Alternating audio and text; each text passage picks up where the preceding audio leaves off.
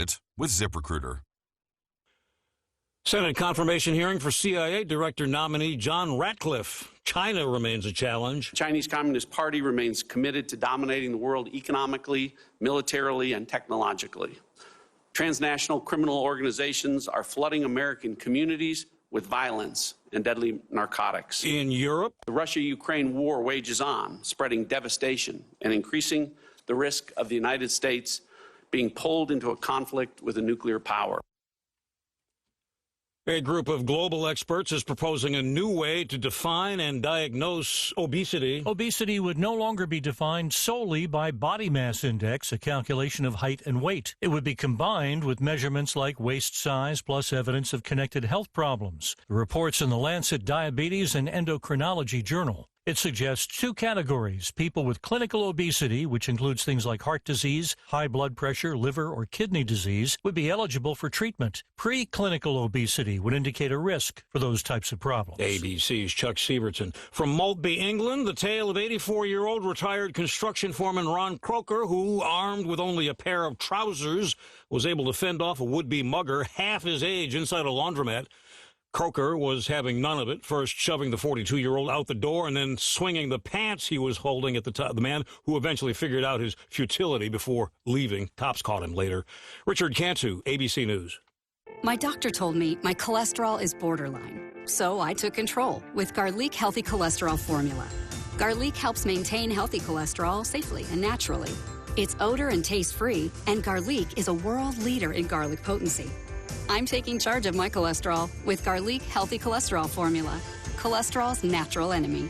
These statements have not been evaluated by the FDA. This product is not intended to diagnose, treat, cure, or prevent any disease. The term natural references only the garlic in the product. Use as directed.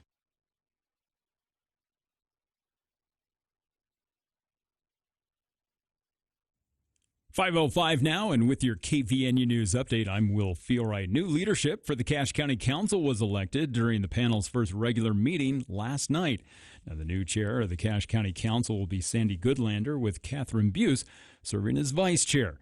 Now, both women are relative newcomers to the council, having been elected to that panel back in 2022. At last night's meeting, the previous vice chair, Barbara Tidwell, opened the nominations by suggesting Goodlander for chair and councilmember Nolan Gunnell as vice chair. However, that motion died for lack of a second nomination. Now, councilmember Mark Hurd then proposed Goodlander for chair and Bues for vice chair, and newly elected councilmember Keegan Garrity seconded the nomination. Now, former chair Dave Erickson then suggested that the council vote on those positions separately. The vote for Goodlander was unanimous, but Erickson, Tidwell, and Gunnell all voted against Bues. In the end, though, the votes of Goodlander, Bues, Hurd, and Garrity confirmed Bues as vice chair. Now, the roles were switched immediately, with Goodlander taking over the gavel for the rest of last night's meeting. Well, a 43-year-old Hiram woman already on probation for stealing more than $30,000 from a family member's home in 2020 has been sentenced to prison for failing to comply with a court order and assaulting an elderly family member. Amanda Lesko was arrested back in September after the victim had went to the hospital with non-life-threatening injuries. Now, according to court records, Lesko was sentenced earlier this week in Logan's First District Court after she had previously accepted a plea deal pleading guilty to reckless endangerment, amended to a Class A misdemeanor. Now, according to prosecutors, Cache County Sheriff's deputies were called to Logan Regional Hospital on September 15th. A 65-year-old woman was being treated for various injuries following a reported fight with Lesko. The victim explained how she and Lesko had gotten into a verbal argument that quickly escalated into a physical confrontation. During the fight, the defendant punched the woman in the face and pushed her to the ground. Deputies reported the victim suffered 3 broken ribs, a bruised bicep, and bruising above and around her right eye. Law enforcement located Lesko the next day at a local motel. She told investigators that she had acted in self-defense, although she couldn't remember much of the incident. Now, Lesko was originally arrested in July of 2021 after stealing approximately $30,000 from a family member. She later pleaded guilty to theft, a second-degree felony, and was sentenced to 60 days in jail, followed by probation. Now, she was also ordered to pay back the money and get a full-time job. However, during Monday's court appearance, Judge Spencer Walsh noted that Lesko had failed to repay the victim. He sentenced her to a term of 1 year in jail for the reckless endangerment charge and 1 to 15 years at the Utah State Correctional Facility for the theft charge. And after several days battling Southern California's deadly Palisades fire that has also left thousands without homes, Unified Fire Authority crews in Utah were able to take a break yesterday. Public Information Officer Kelly Bird from Santa Monica said that they're doing really well. Now, crews have mostly been doing what is known as structure protection work, setting up hose lines and waiting for the fire to come to them as it has approached their direction. The high winds that had caused the fires to explode originally calmed, but were forecast to pick up again today. Now, crews had moved into the Malibu area on Monday. Bird said that they're doing overall mop-up work, going through looking for hot spots, anything smoldering to keep it from reigniting as the winds pick up again. And college basketball coming up tonight is the Aggies putting their 16-1 record on the line as they face off against the UNLV Running Rebels in Las Vegas. Now, head coach Calhoun said earlier this week that one of the weaknesses of the Rebels is their rebounding, but that's also a weakness of the Aggies. We're relying on our shot making too much, right? If we miss a shot, we got to get on the offensive glass. And then playing our defense, there's a lot of crackdown rebounds, so we're in a lot of rotations ourselves defensively, so we're not getting those crackdown rebounds we used to get. Teams are shooting, taking, and making a lot more threes. So when you're in rotations, crackdown rebounds, and threes, there's a lot of long rebounds. So we got to do a really good job Wednesday night in that department. So the game coming up tonight, 9 o'clock, a late tip. Our pregame show, where we'll hear more from Coach Calhoun, along with J.D. Walker and Stockton Jukes, starts at 8 here on KVNU. Well, weather-wise, looking at sunny skies, and we'll see the sun again tomorrow. After today, we hit the high 30s. Overnight tonight, we'll drop into the mid-teens, and then be back into the high 30s for tomorrow. Same for Friday, and then a chance of snow coming in Friday night, and that's bringing colder temperatures for the weekend. I'm Will Feelright, News and Weather, brought to you by Logan Extermination. Now's a great time to sign up for their spring spray for your yard and home, 752-8450. Hey, radio listeners, before we get you back to the music, let me tell you real quick about what I did that is saving me a lot of money. I got new insulation in my house. That's right. Now, I know you're thinking, boring, but have you seen the reports lately about how better insulation can save a ton of money on your energy bills? I can tell you it made a huge difference in my home. I mean, not only does the temperature stay perfect, but my energy bill is definitely down. Do what I did. Call Cardall's Insulation, 755-5012. That's 755-5012 for Cardall's Insulation. Keeping you informed. News Talk KVNU, 610 AM, 102.1 FM, and online at 610kvnu.com. Are you in need of excellent surgical care? Budge Clinic General Surgery offers the future of surgery with state-of-the-art robotic-assisted procedures. From cancer treatments to surgical needs, they've got you covered. Call Budge Clinic General Surgery today, 435-716-1950, to schedule a consultation and experience the best possible outcome. Trust Drs. Anderson, Marshall, McKenna, and Peterson, the experts at Budge Clinic General Surgery, helping people live the healthiest lives possible.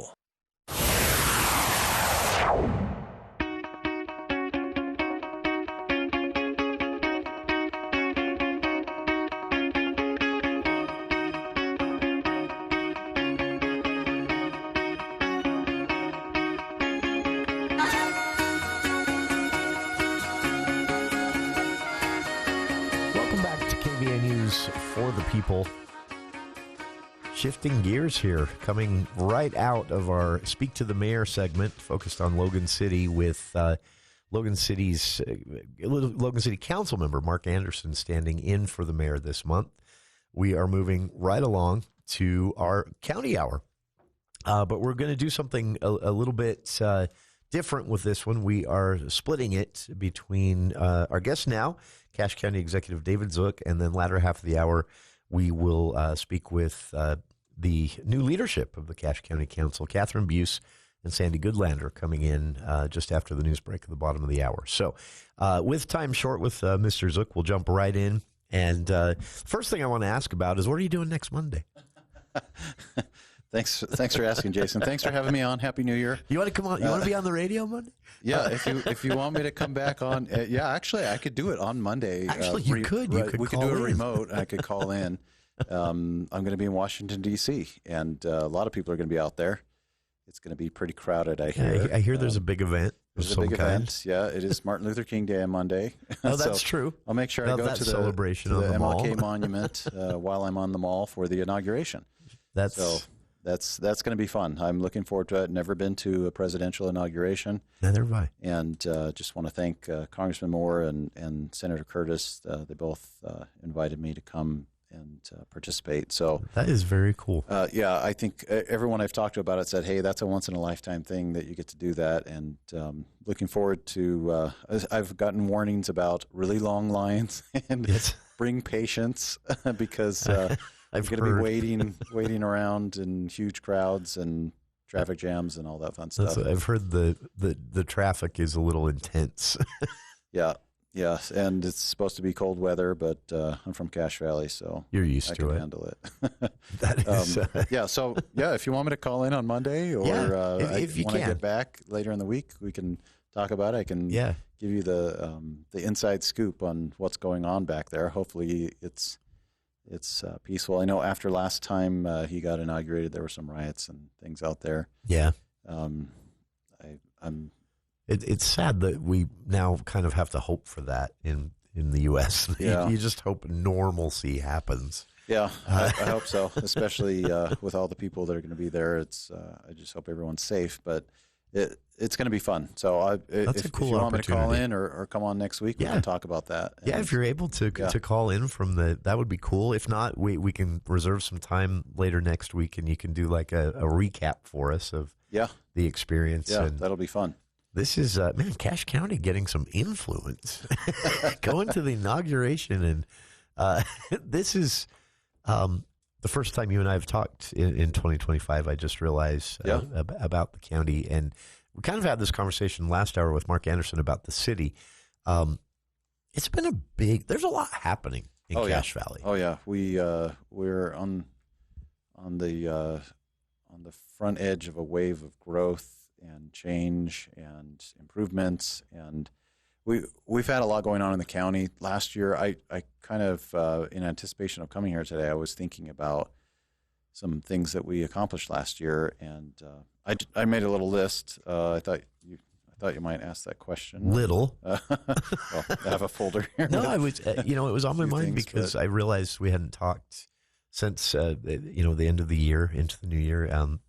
With this being the first episode of the County Hour, and then I got thinking about everything that we had discussed last year and everything that happened last year. And one thing I have to point out, it was a good year for road projects in Cache County last year. Yeah, and even more coming this year. Yeah, I don't know if we'll get to that, but I have in my notes, I have 2.5 pages about road projects. Really? Here, I'll show you all this green. And they all went well. Oh yeah, this whole green section here, that's all road projects.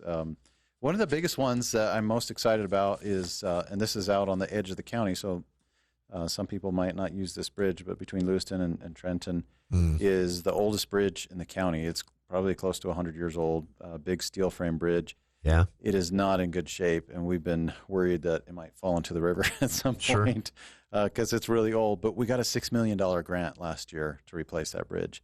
That was one of our biggest accomplishments, was securing that. We're thankful to UDOT for helping us with that, and they're going to continue helping us with the project. It's a program where they will help us with the replacement project. So we're looking forward to that. That was a big accomplishment. That's cool. Of our public works staff doing that. We did some really good things last year. One of the other things that I'm really happy about was the progress we made on our open space bond. Yeah. And I want to thank that got up and running pretty quickly. Yeah, we have our open space advisory committee that has been working so hard on this, and they've reviewed several applications. They have several good projects that are coming through, and one of them that I'm really excited about, the first one that came through, is down on the Blacksmith Fork River, right? It's in Millville, a lot of it, right in between Millville, Nibley, Providence, Logan, along the Blacksmith Fork River. Beautiful spot. We have several more in the works, and I'm hoping to be able to announce that we've finalized several more projects this year. That's nice. Preserved open space. I think the voters, when they look at the progress that we made with this first $20 million, that they're going to want to do it again. I would think so. And that one you mentioned along the Black Smith Yeah. Fork River there is the perfect example of what this is for. Because Yeah. Exactly. That's a perfect spot. It checks all the boxes. There's wildlife there. There's water there with the river. It's a beautiful view shed. Yeah. It's right on the boundary of all these cities. It's right in the middle, and it's a place that would otherwise just be totally developed and disappear into oblivion. But we're going to be able to preserve a really beautiful spot in the center of the valley where people will be able to see it. Wildlife will be able to use it. The river will be able to run freely through there still. And that's a big deal. Yeah. So I'm really excited about that one and several other projects that we have in the works. So I'm hoping those get finished up this year, and hopefully we have some more announcements soon about that. Another one that I'm excited about that we're working on, we have a recreation study and recreation committee that is working on looking at what we should do about recreation centers here in the valley. A lot of people know what's been going on with the Logan Rec Center, going back to the high school. It really is, it's old and inadequate anyway. It's time to do something different anyway. So Logan was already looking at this issue, and then some of the other cities in the valley were also looking at this. North Logan, Nibley, were looking at the fact that they have growing populations, growing recreation programs, growing demand for recreation. So we had these conversations going on throughout the county, and we said, why don't we all talk together and work together and do a study together and see what the needs are. And so that's what we're doing, is we're doing a study, and we're going to look at it and get some advice from some consultants about what we should do. That's very cool. As far as whether or not we should just build one big one in the middle of the valley, or 2 medium-sized ones, or 3 medium-sized ones. That's an interesting question. And I'd also like us to look at where they're located and what all happens there. We've had some conversations about, should we co-locate it with other facilities, for example, a library or a senior center. That's another accomplishment I wanted to mention. We need to build a new senior center as well. We just got a grant for $25,000 from the state to study that issue and to look at what we need, where the best locations might be. That senior center is 50 years old. Yeah. And it's just not adequate anymore. It's not big enough. Doesn't have enough parking. Yeah. And the need, or the demand on the center is going to grow as well, right? Yeah. The percentage of senior citizens in our valley is much higher than it was 50 years ago. Yeah, Governor Cox was just talking about that yesterday. He called it the silver tsunami. Yeah, that's coming. We have a growing senior population, and we need to take care of them. They took care of us for all these years, and now it's our turn to take care of them. They deserve a better facility, and we're going to look at that. So there's a potential that maybe we find some opportunities to share. I personally think that's a good approach, that we could have a facility that in the mornings and until maybe mid-afternoon is going to be primarily used by seniors. That's when they primarily use our senior center. Oh, really? And that makes sense, though. Yeah, and then in the later afternoons when the kids get out of school, and in the evenings, that's when kids primarily use rec centers. So if we, it's maybe possible. I know there are some opportunities for people to rub each other the wrong way there. Sure. So we'd have to do it right if we were going to do that. But that's one of the ideas I think we should study. I think we should consider. It's a very cool idea. Yeah. So we're looking at that. So recreation, senior center, open space. We're always working on infrastructure, and we're looking for ways to increase funding for infrastructure, which we're working on a plan that maybe later in the year I'll explain that. But some organizational things. We are basically rebuilding our fire district. We have a county fire district that has been in place for over 60 years. Wow. But I didn't realize it had been that long. Yeah, it's never really operated how it's supposed to operate. It just never was finished. Really? And the process, the setup, the funding mechanisms. So we're fixing that. Because, for example, one of the problems with the fire district is people in Logan City pay for it, but they're not in it. And they have benefited from it over the years. But especially when we split up our EMS operations, and Logan does their own thing with EMS now, and the county fire does something different. Sure. It's critical that we do that right, and it's also critical that we do it in a way where we at least maintain the level of service, if not improve the level of service. Which Makes sense. I feel confident that what we will end up with is an improved level of service. That's what happened with the EMS reorganization we did 4 years ago. Yeah. We reorganized how we provide EMS services across the valley. We now have a much higher level of service with paramedic coverage across the entire valley now instead of just in Logan. And that people are works safer. well. It was a tremendous improvement to our public safety system. I'm confident we'll have similar improvements from these fire reorgs. So I didn't realize it had been that long since that was originally drawn up. Yeah, and Wow. we're gonna keep in place the existing agencies that are out there. We have about 10 volunteer departments that are amazing and do great work. We want to keep supporting them. We have some cities that have departments.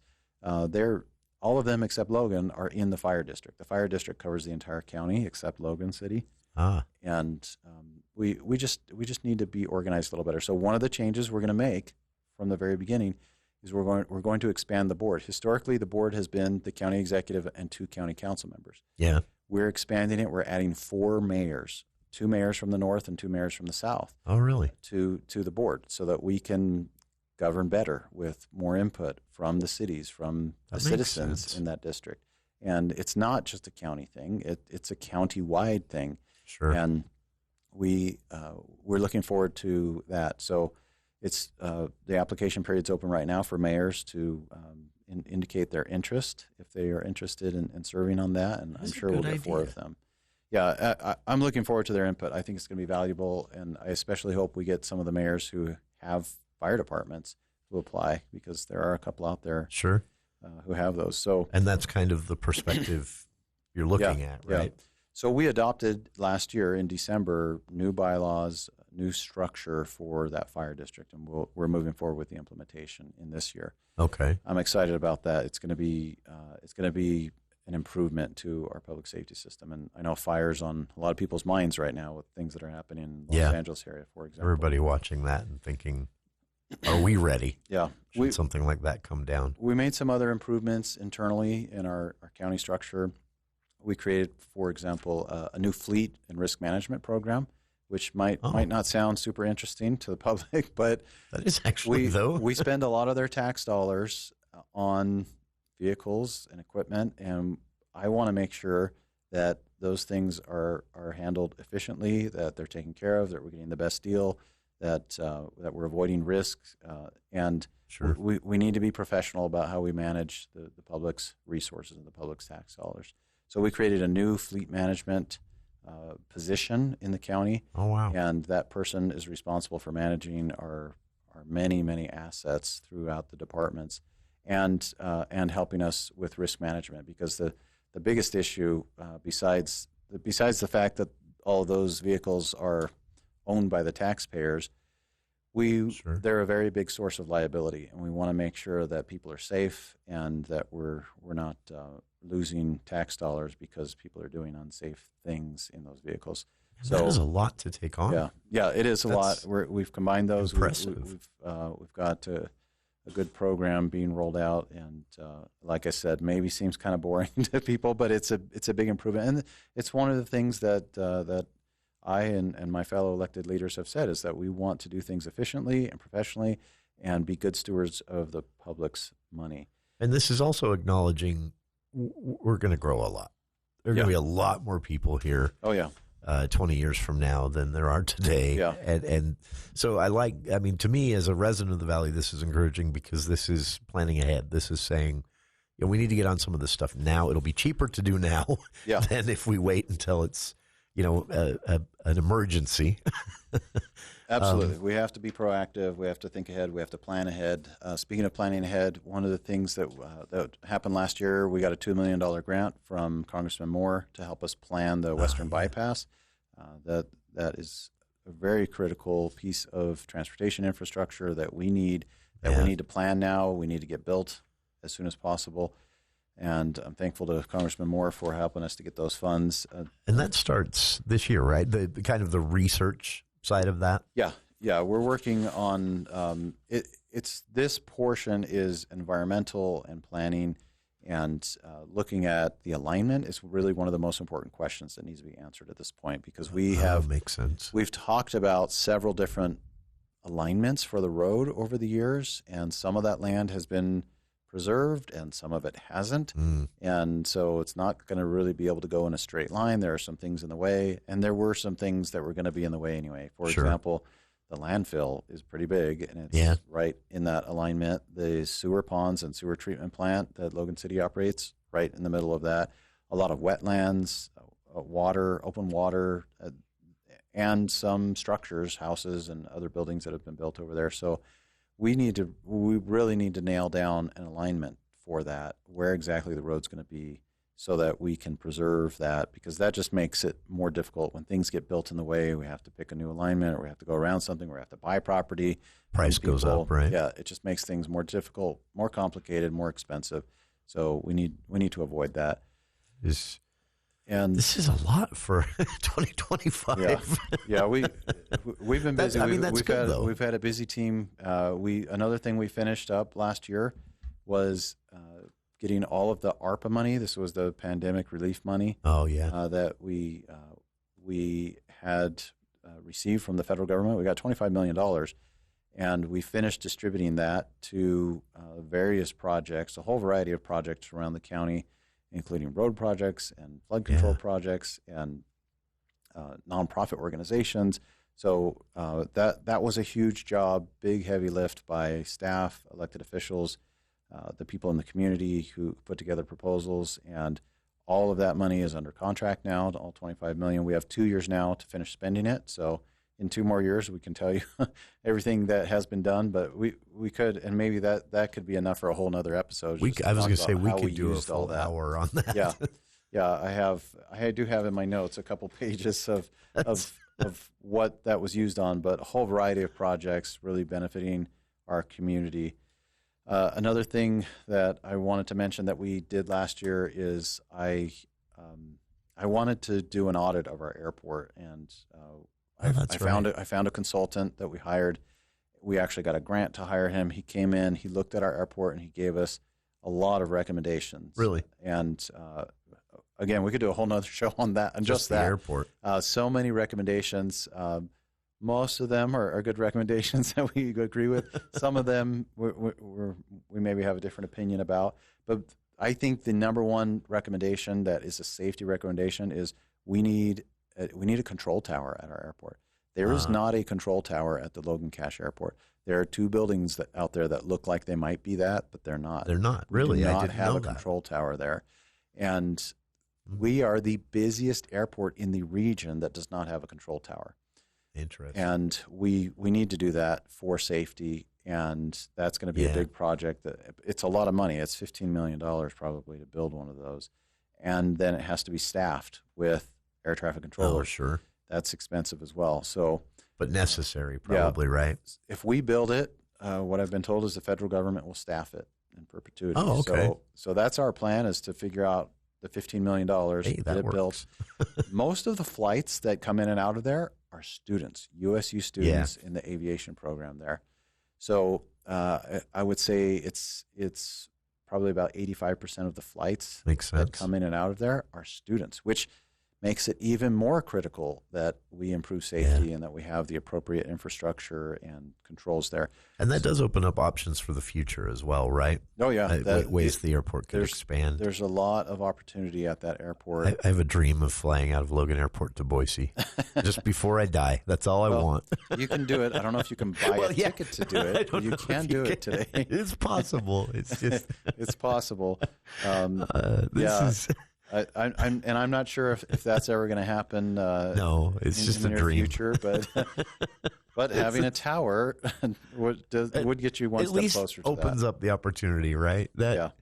Cache County Executive David Zook has been our guest, and David, I regret that we didn't block out more time for this, because there's more.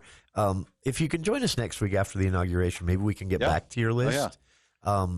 But for Logan or for county residents, I think the point to drive home here is a lot happened in 2024, a lot happening in 2025, all of it necessary because mainly growth, and it's being done well.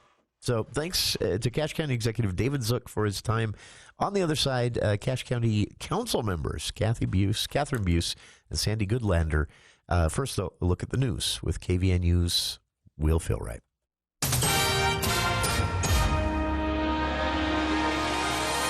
Well, thank you, Jason. An Utah teacher has been charged with dozens of felonies after investigators say he sexually abused 2 students before ultimately leaving the country. Now, due to his travel documents expiring, he now can't return to the United States legally. Ricardo Prins, a 39-year-old of Eagle Mountain, was charged on Tuesday with 31 counts, including rape. Now, prosecutors allege that Prins assaulted 2 students, a 17-year-old and a 15-year-old, on multiple occasions between September and November. Now, the charging documents allege that in one instance, Prins had rendered one of the victims temporarily unconscious by applying pressure to her neck.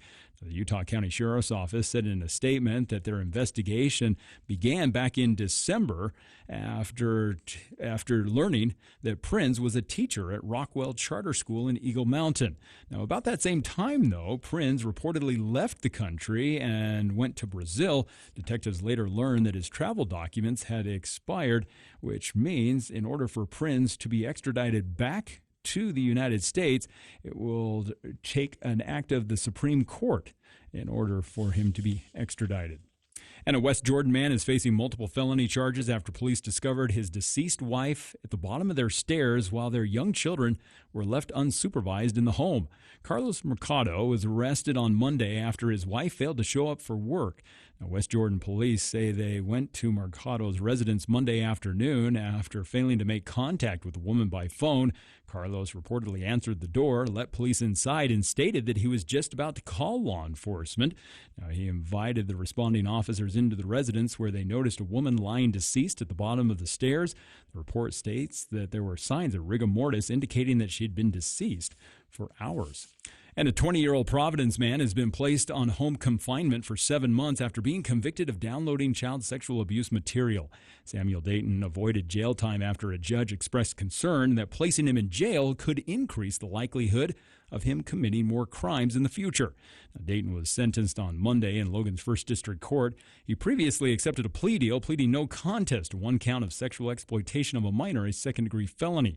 According to prosecutors, deputies began investigating Dayton after he was tracked downloading child sexual abuse material. The crimes reportedly occurred in December 2023. Well, weather-wise, we'll see clear skies continuing this evening as temperatures were in the high 30s today. Tonight we'll drop into the mid-teens and then be back into the high 30s again tomorrow with mostly sunny skies.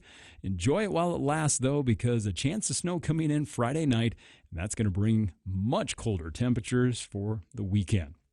And a quick programming note, as we've been talking about, coming up immediately following For the People, we'll have President Joe Biden's final address from the White House at 6 here on KVNU. News and weather brought to you by Triton Medical Supply and Transportation. Remember them for all of your medical supplies and transportation needs. 435-557-6687. I'm Will Fiore with your KVNU News Update. ABC News, I'm Richard Cantu. 15 months after the Hamas sneak attack, Israel and the terror outfit reached tentative 3-phase ceasefire hostage release deal. The first phase is to begin on Sunday. President-elect Trump had a hand in it. Obesity would no longer be defined.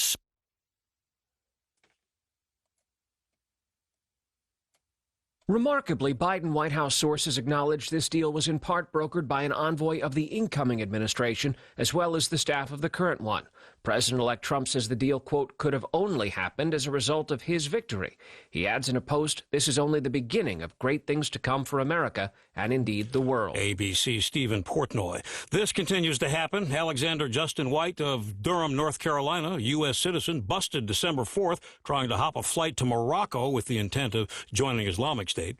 With Ukraine Zelensky at his side, Polish Prime Minister accused Russia of planning acts of sabotage worldwide. This is ABC.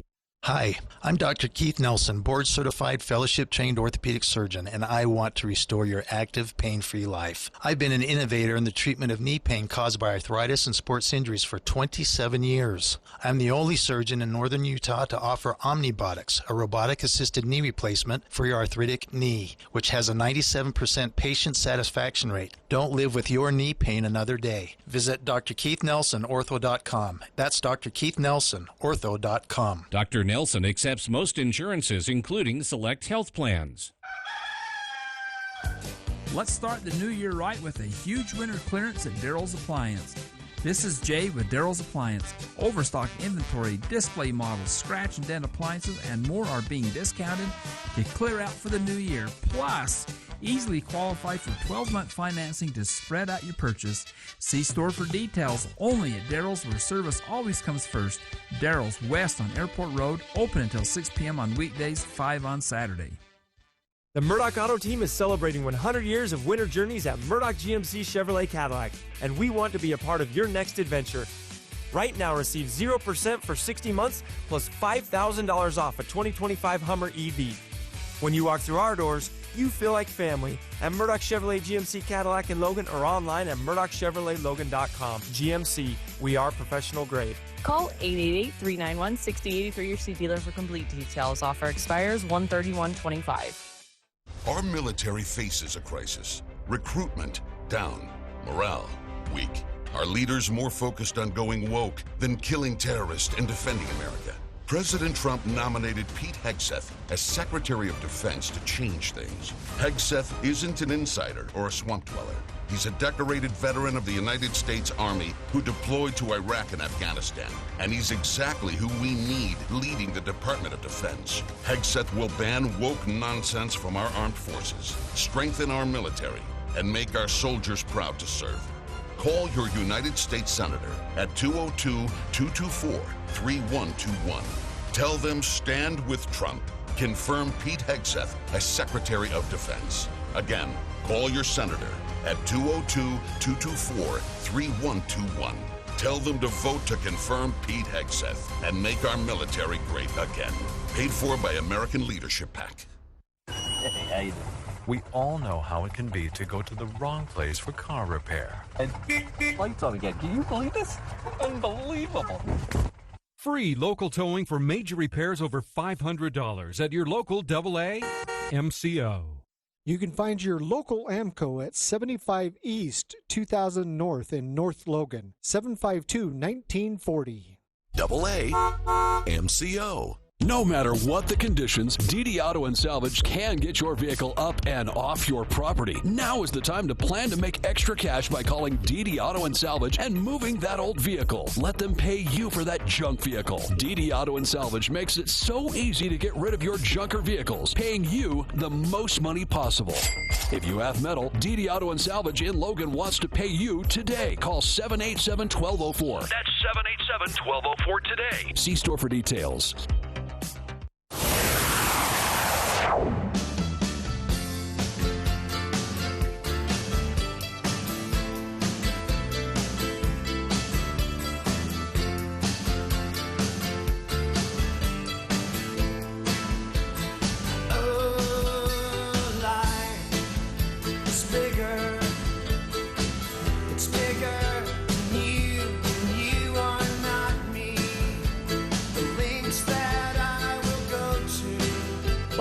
KVN News for the people.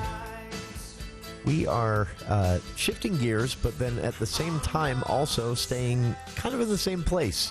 With new guests here in the studio, we're still going to call this the County Hour because we're still talking county business. Just leaving our studio was Cache County Executive David Zook. He recapped 2024, took a look ahead at some of the big things coming in 2025 for the council, or for Cache County at large. And now joining us here in studio, we have council members and new leadership of the Cache County Council. We have Kathryn Bues and Sandi Goodlander, and this is respectively chair and vice chair. Now, after last night's, do either of you want to speak to that before we really get into other topics? The vote last night, you had to make a pitch to the rest of the council, and you were successful. as far as the leadership election goes, and then is it a little bit odd? That's, I guess, my question, because then you just get back to the work that was going on anyway, right? Yeah. It was, we all get along so well, the council members, and so there was a little difference of opinions about some of that leadership role, but sure. In the end, we made the vote and we move on, and just really grateful. Kathryn and I have worked together quite a bit, and we're glad to have that opportunity to continue. As a Valley resident, I'm excited because change always in some way it becomes a good thing, but also, I think about where to start talking about, the next 5 years in Cache County. There's so much, and all of it kind of comes down to growth in a certain way. And I'd originally invited you both on to talk about the upcoming legislative session. Are there things that you're concerned about or some priorities for the county that you want to get out there? But Mr. Zook kind of took care of that. Water bills, road funding, that pretty much sums it up. But if there are other things you'd like to mention, otherwise we could kind of move on from the legislative talk and talk about the future in Cache County. This is the most unfair question I've ever asked to guests in the studio, but if you had to name one thing that is the most pressing issue for the county to at least get the ball rolling on in the next year, could you pick one thing? It's really unfair because I know there's like 7 Yeah. that all have to happen at once, right? I would say affordable housing. As we grow and bring in new businesses, the lack of affordable housing is going to hamper that and make a big difference in what we're able to do. Sure. That would be my number one pick. Piggybacking on what Sandy's talking about, it really is the trending topic. Every training that we attend that goes statewide, they're talking about affordable housing. So it's not just unique to Cache Valley, but it is happening statewide. Is we are blessed in Utah to have the perfect storm, so to speak, to have great growth. But at what point is the affordable housing going to keep us back? And we don't want that to hinder us, right? We don't want that to be what is going to keep us back from. We have the economic conditions, we have the talent, we have our the beautiful place to live, and we have so many things that create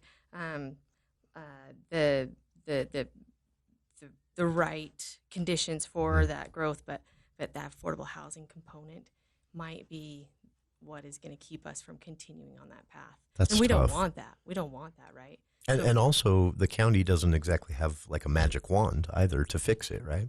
Right.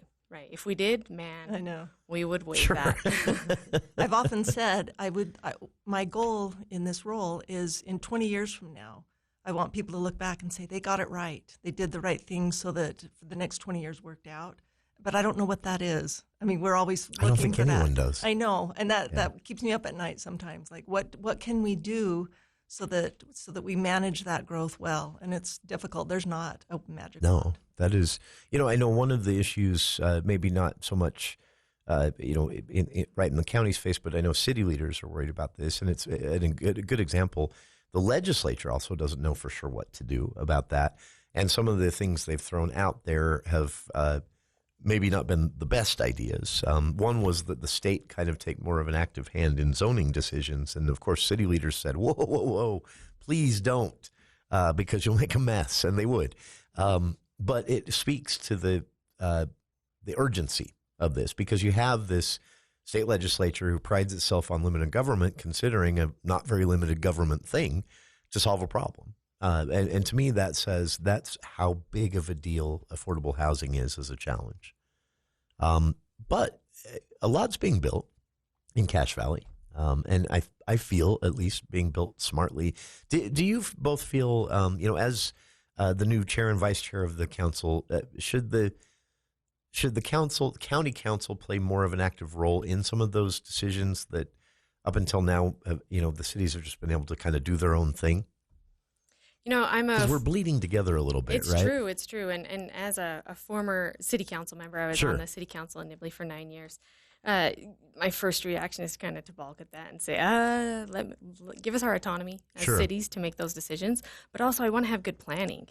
I want to make sure that as a county that we can have good planning, and we can make sure that we identify what our priorities are as a county, and what is our priority. I think that we did a good thing as a county to identify. We let the voters decide that we had a priority, and that priority was open space.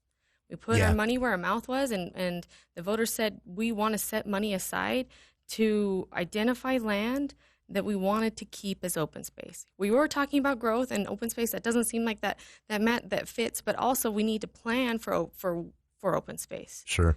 Or else we will have just all of that bleed together, right? Yeah. And so one of the things is Syracuse. Yes, I always think of Syracuse when I use it. That's my go-to example. Yes. I've sat on the COSAC is the acronym that we give it, but that's the Open Space Committee. And that's the committee is an advisory committee that we have to advise the council and to accept applications for the use of that open space funding. And I've sat on that for the past 2 years on that committee, and and we've received some applications, and as the county council, we have awarded preliminarily awarded 2 different projects in the county. Funding for them to maintain open space. We've identified that that's a priority, and that comes with good planning, right? Sure. There's here on the south end of the valley, we have the Elkhorn Ranch, and that's right off the highway. Which is just perfect. Right. And that really, we did, there was a traffic count that nearly 25,000 vehicles cross in front of that ranch a day. Wow. So that is has been identified as we want to keep that open. We want to look at that. We want to see that, and who knows what kind of use as viewscape. We're identifying it at least as a viewscape that we want to see that. And then we have another project in the north end of the valley near Richmond, and that has potential for trails and other uses along the Cove River in the future. So we've identified open space. That's something that through planning, I think, again, more planning needs to take place, and I think that's how the county can facilitate with that growth and help. That makes sense. And again, you're not talking a situation necessarily where the county's telling cities what to do, but as you said, facilitating a conversation and some planning.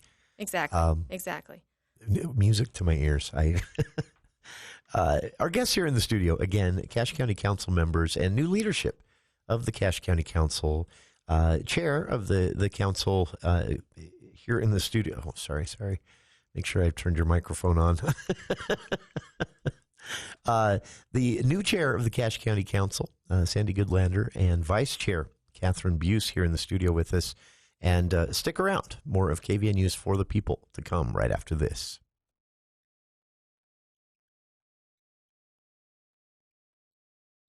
Owning a business may be stressful, but insuring it doesn't have to be. This is Matt Robbins with Quality First Insurance. Our experienced agents have been in the industry for many years and understand the challenges you face. As an independent agency, we have access to multiple carriers like Auto Owners Insurance to ensure you get the policy that's right for your company. Let's give your business insurance a fresh look. Call us today, 435-752-0101. This is Dr. Red, chiropractic physician with Red River Health and Wellness. Are you suffering with fatigue, brain fog, headaches, intestinal issues, weight gain, and you haven't been able to find any answers? Before I started at Red River, I was having a lot of stomach pain. I was overweight, severe anxiety, some depression. I had been to multiple doctors. I'd been to specialists. We had done tests, and no one could find anything that was wrong. Red River Health and Wellness can help you. I'm on anxiety medicine. I've lowered my dose, and I'm working with my doctor to continue to lower it. I'm sleeping through the night. I have energy for my kids. I've lost 30 pounds. I just feel really good. Our goal is to teach you and educate you so you know how to manage your condition a lot more effectively, and you know what to do and what not to do for the rest of your life. Schedule your appointment today at 855-55-RIVER. Red River Health and Wellness with offices in Logan, South Jordan, Springville, and St. George. Call Red River today. It's John and Emily with Zero Res. If you've been putting off getting your carpets cleaned, there's no better time to call than now. Call today and get on the schedule in January and get a 4th room clean for free when you mention the station. This sale only happens once a year, so call now, 435-554-1050, or schedule online and use promo code FREEROOM. That's 435-554-1050. Zero Res. Backwards or forwards, it's the right way to clean. This is Ty again over at Chimney Fireplace. More often than not, people will say to me, we sure wish we would have had you come and put in our fireplace. The one we have is too small, it doesn't look right, and doesn't put out any heat. They will also say, we knew you serviced and cleaned gas fireplaces and wood stove chimneys, but we didn't realize that you sold and installed new appliances. My response is usually the same. Yes, we sell and install some of the best brands in the industry, like low-pie wood stoves, a fireplace extraordinaire, wood and gas fireplaces. We specialize in fireplaces that actually work, actually heat, and people can be proud of to be the focal point of their home. To find out more, go to chimchimney.com. Welcome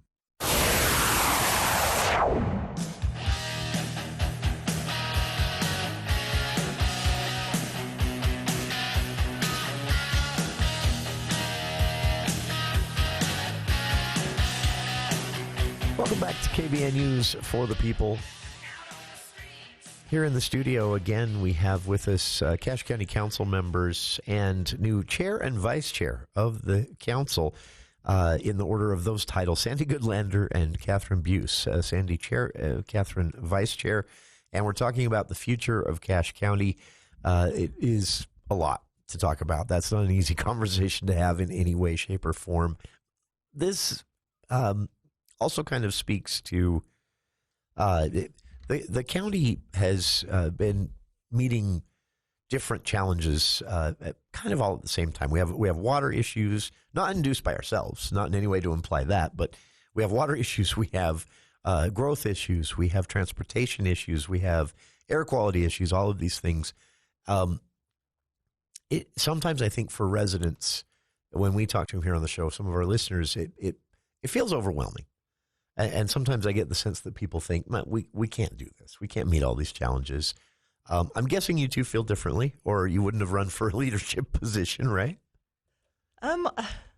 It is still overwhelming. It really is. Sure. And a lot of it just comes down to communication and trying to learn. There's just so many things we don't know. But we have that desire to make things better.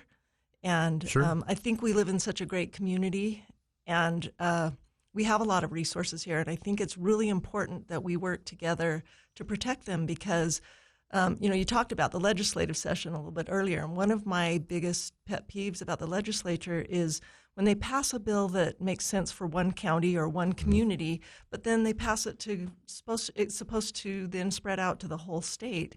And so we want to make sure that we're paying attention to what's going on and how it affects our county so that we can manage that water and that growth and the different things that affect us without having to always be trying to be on the defensive for what the state legislature wants to do. If Sure. that makes sense. That's a good way to put that, to kind of lead the conversation as opposed to constantly pushing them back when they try to step on your toes. But, it sometimes easier said than done, I guess is a fair thing to say. But I know the council has a good relationship with our lawmakers. They're just, a handful of voices in a big legislative body.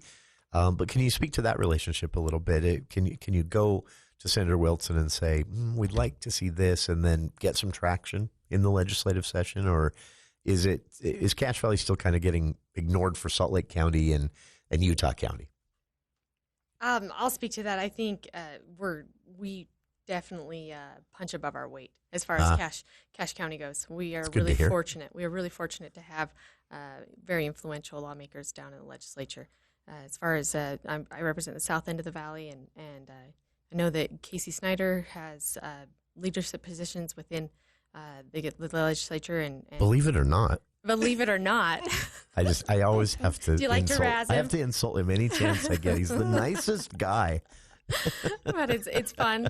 But yeah, I love Casey. We really are fortunate, and when we need something, we know that we can call our representatives, and they'll pick up the phone, and they represent Cache County. And I think Sandi can speak the same to the legislators that she's had contact with in her district as well. Yeah, especially we have Chris Wilson, who is so receptive to any kind of conversations. I just feel really comfortable. Any of our legislators, Dan Johnson was so good, and now we've got Jason Thompson, Yeah. and Mike Peterson. We really do punch above our weight, and they are very accessible to us and to citizens. And so I've been really impressed with how receptive they are and very willing to help us when we need something. Well, and it's important too because, it really is easy for Cache Valley to get. I remember, County Executive David Zook told this story on air when they were down at the legislative session and UDOT's doing this meeting. They're talking about this UDOT funding and they literally forgot that Cache Valley should have been on the list. Cache County should have been on the list for one of the funding projects. They forgot. And it almost got finalized until county leaders that were there said, hey, we're a satellite community of the Wasatch Front to the majority of the legislature's mind. So it is important that we have a voice there. Will either of you be spending time on Capitol Hill during the legislative session, or do you try to avoid it at all costs? No, I think we've identified it as a council to spend time down there. Our fellow council members spend a lot of time. And we've decided to, instead of hire lobbyists and spend the taxpayers' money going towards lobbying firms, that we will go down and speak to our legislators ourselves. And it's proven to be productive and fruitful. That is nice to hear. That 2025 is going to be a big year. We'll talk later with county leaders about specific road projects and more. But there is a lot kind of coming together. Do you have a priority list already as leaders of the council, or is that something you're just kind of developing? We've talked about it a little bit, and we're planning on having kind of a goal-setting session. We want to get together with our department heads, our elected officials, kind of get everyone to give us what their priorities are so that we as a council can be supportive of them and that we can make some goals together. It's kind of hard where we're so part-time, and so we want to make sure that we have that communication. That's probably, Kathryn and I have talked about that. Our biggest goal is communication and collaboration. These are nice words to hear. It speaks well for the future of the council, and I wish that we'd blocked out more time. In fact, in the future, we should. Our guests again here in the studio with us, Cache County Council members and new Chair, Sandi Goodlander, and Vice Chair, Kathryn Bues of the Cache County Council. Thanks to you both for your time, to David Zook for his time in the first part of the hour, and to our listeners for your time. Stick around, please. We'll be getting to the speech from outgoing President Joe Biden next here on KVNU Logan.